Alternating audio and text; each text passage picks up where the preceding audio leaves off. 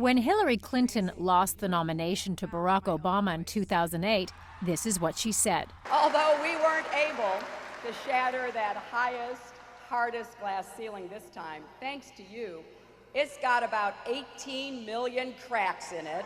8 years later, that ceiling looks poised to come tumbling down. Media outlets began reporting that Clinton effectively clinched her party's nomination on Monday after winning the Puerto Rico primary and the support of more so-called superdelegates. That gave her a total of 2,383 delegates, the magic number needed to become the Democratic Party's presumptive nominee. According to the news, we are on the brink of a historic,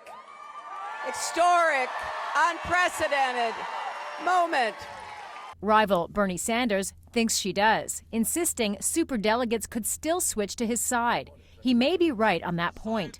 Superdelegates are not bound to a primary winner and can vote for whomever they want at the convention in July. The people of California have the right to determine who is going to be president of the United States, not necessarily having to listen to AP or NBC. When Clinton announced her candidacy for president in April of 2015, many assumed it was a slam dunk. But then a U.S. Senator from Vermont upended things with his focus on income inequality. Bernie Sanders, who relied mainly on grassroots donations, became a formidable rival. So many millions and millions of Americans are living in total fear and anger. The feeling that no one listens to them, there's no one they can trust. And Bernie Sanders stood up and said, I'm listening to you. I can feel what you're experiencing, and together we'll do something about it. Many of his supporters are diehards, calling themselves Bernie or bust, and they could prove a liability for Clinton in the general election.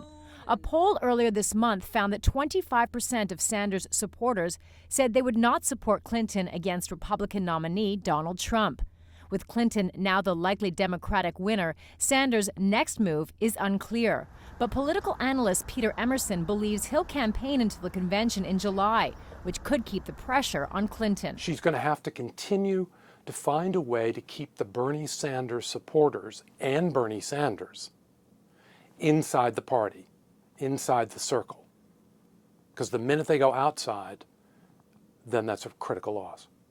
For now, Clinton has begun shifting her attention to the general election, highlighting Trump's lack of political experience.